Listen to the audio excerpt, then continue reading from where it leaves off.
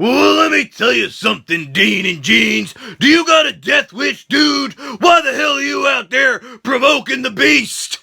Dean Asshole is provoking Brock Lesnar. Is he too stupid? Coming up right now on Grimm's Raw Reactions. What's up, everybody? It's Grimm, your YouTube Wrestling Figures Heavyweight Champion, coming to you with my Raw Reactions for the February 1st, 2016 episode, where Dean Jeans stands up to Brock Lesnar in the opening segment. Raw starts off with Brock Lesnar coming out in a brand new Suplex City shirt. This ain't Suplex City, this is Man Boob City, bitch.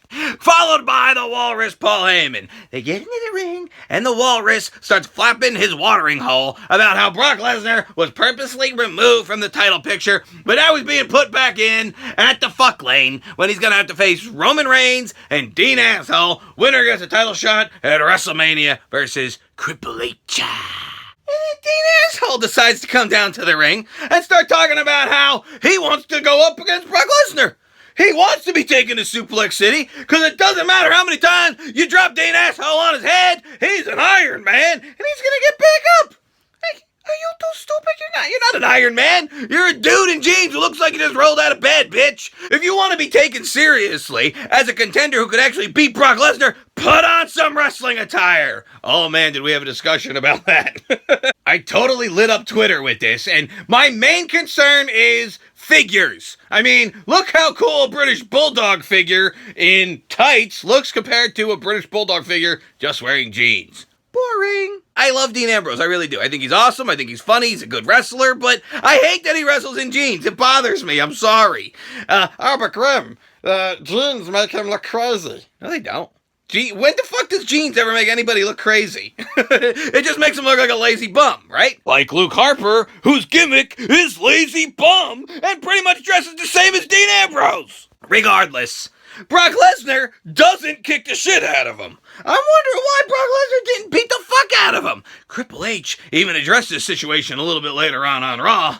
Well, you know, Brock Lesnar, seems like things in Suplex City are getting a little soft.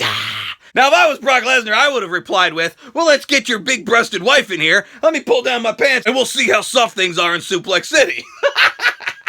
Yeah, so anyway, Lesnar just laughs off Dean Ambrose. He doesn't fight the fucker at all. And I'm thinking to myself, who the hell are you turning into, Lesnar? Roman Reigns? Laughing at everything? Why the fuck do you find Dean Ambrose funny? He's not funny. He should have been given an F5. Well, Brock Lesnar made it right at the end of the show. We'll get to that in a minute. But Stephanie McMahon decides to roast Dean Ambrose and Roman Reigns, saying that one of them's going to turn on the other, and Dean Ambrose is going to be the Marty Jannetty. By the way, Marty Jannetty's pissed. Marty Jannetty is salty as a pretzel. He gets on Facebook and Twitter and starts roasting Stephanie, saying that her kids don't even belong to Triple H. What does he know? It's on Twitter and Facebook if you want to go look at it. But let's get back to Raw. And then she puts them in a tag team match against the New Day in the main event of the show. And of course, Roman Reigns and Dean Ambrose wins. Dean Ambrose hits the dirty dildos on Big Ebola. And then the New Day starts beating the shit out of them after the match. And here comes your boy, Borg Laser. He gets into the ring and sure as fuck, he makes Dean Ambrose pay for confronting him at the beginning of the show with an F5. Which was cool, but that's really all that happened. How come he didn't go after Roman Reigns? Kind of nothing else happened. Why didn't Roman Reigns go after Lesnar for just F5 and his brother? That's my brother! You can't be F5 and my brother! No, Roman Reigns don't do dick! Cause he's not a badass. He's a fucking pussy pretending. Oh, but I got beat up by the New Day. That's why he couldn't. Come on. If you want to book Roman Reigns as a badass, he'd have gone after Lesnar. Failed it. The Social Outcasts lose again when they face the Usos. And, you know, it was just a decent match. It was just to have action in a segment. But most notable was the botch by Lillian Garcia, who didn't call them the Slammy Award-winning Usos. She called them the Grammy Award-winning Usos. Lillian botched! Oh, my God! Oh! You should have seen the internet lighting up. It's like, Okay, so she said the wrong fucking word. Who doesn't shit the bed once in a while, right? And you want to talk about shit in the bed. What the fuck was the WWE thinking about having The Big Show go up against Eric Rowan? I mean, I guess backstage you're like, oh yeah, we're gonna put two of the most exciting young superstars out in the ring. Two of the biggest athletes in the world are gonna collide right here on Raw. Yeah, and you're gonna love it. Spoiler alert, no we're not. You could hear, literally, if you put your ear to the window like this, you could literally hear everybody in the neighborhood changing the channel, brother. To find something else on the television to pass the time while those two big giant jerk-offs were in the ring. Nobody gives a shit except the Grimster. I took one for the team, and I sat through the segment, and I watched as The Big Show racked up a victory against Eric Rowan. Why? What the fuck point does that prove? Oh, that's right, because then brown-ass Blowman and Luke Fapper, they come into the ring and start beating the shit out of the Big Show, and they give him a big flip onto the solid steel steps on the outside. Where's Bray Wyatt? Where the fuck was Gay Wyatt, Booster bitch? Apparently in real life his uncle's sick, Blackjack Mulligan, so prayers are with him, and I guess that's why Bray Wyatt wasn't on. And speaking of putting our prayers with somebody, fight, Bret, fight.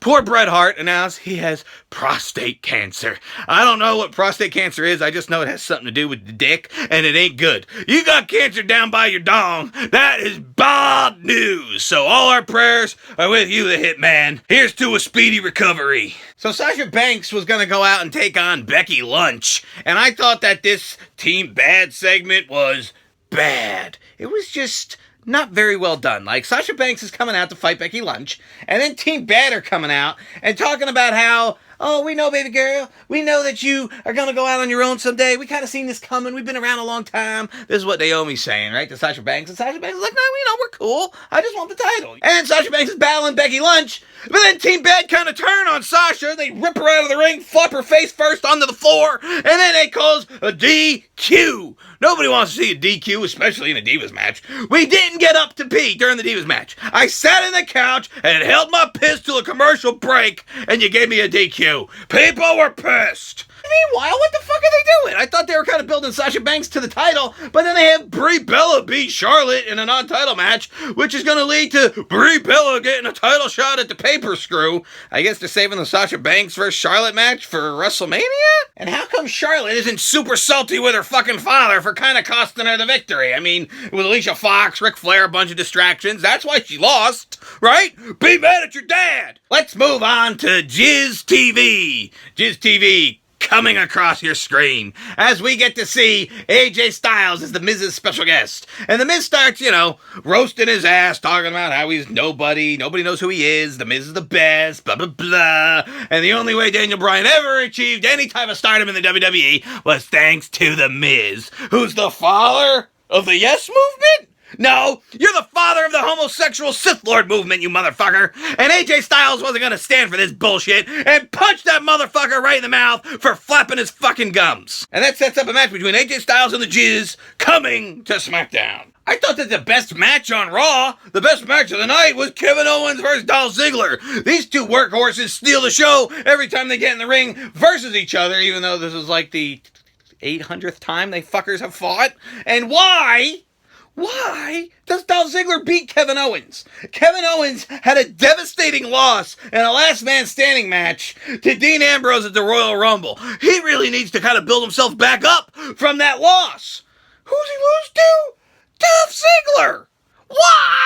Why? Dolph Ziggler is kind of doing nothing. He has zero direction right now. It wouldn't hurt Dolph Ziggler at all to be putting over everybody right now. Oh, no. Just have Kevin Owens lose to Dolph Ziggler. And guess what? Kevin Owens was pissed. He was sour as a patch after that match, and he smacked JBL's fucking hat right off the damn desk, and it was well deserved, because if I was Kevin Owens, which I'm not, I would be fucking pissed about having a job to Dolph Ziggler for no fucking reason on Raw. The nonsense continues with R-Truth and Goldust, as Goldust is standing barefoot in a fucking toilet. And he's still trying to court R-Truth to be his tag team partner, and R-Truth's roasting him like he's some type of weirdo. He's like, dude, you got doo-doo on your feet, you're standing barefoot in a toilet. So we'll probably have more nonsense from them next week. And then we got to see a very touching video package of Mark Henry's illustrious career to celebrate Black History Month. And we get to see how he became world champion in 2011. And looking back on that package, it makes me think, wow, Mark Henry really was fucking awesome. You know, maybe I shouldn't be roasting him just because I'm bored of him after watching him for 20 years. And now we have the privilege of talking about the pointless parts of the show. We got to see the Clash of the Titus as Tight-Ass O'Neil beat Sacagawea. I mean, Tyler Sneeze. Tyler Sneeze doing his Tatanka impression. Also, Kalisto beats Rusev. Rusev gets counted out of the ring. Kalisto wins by countout even though it was a non-title match, so just made it for the title. I never understand non-title. Non-title's too stupid. And those are my reactions for Raw this week. Let me know what you thought of the show by leaving your comments below. I always like to hear your opinions on Raw. Some people loved it. Some people thought that the show was so bad they actually think WWE wants to go out of business.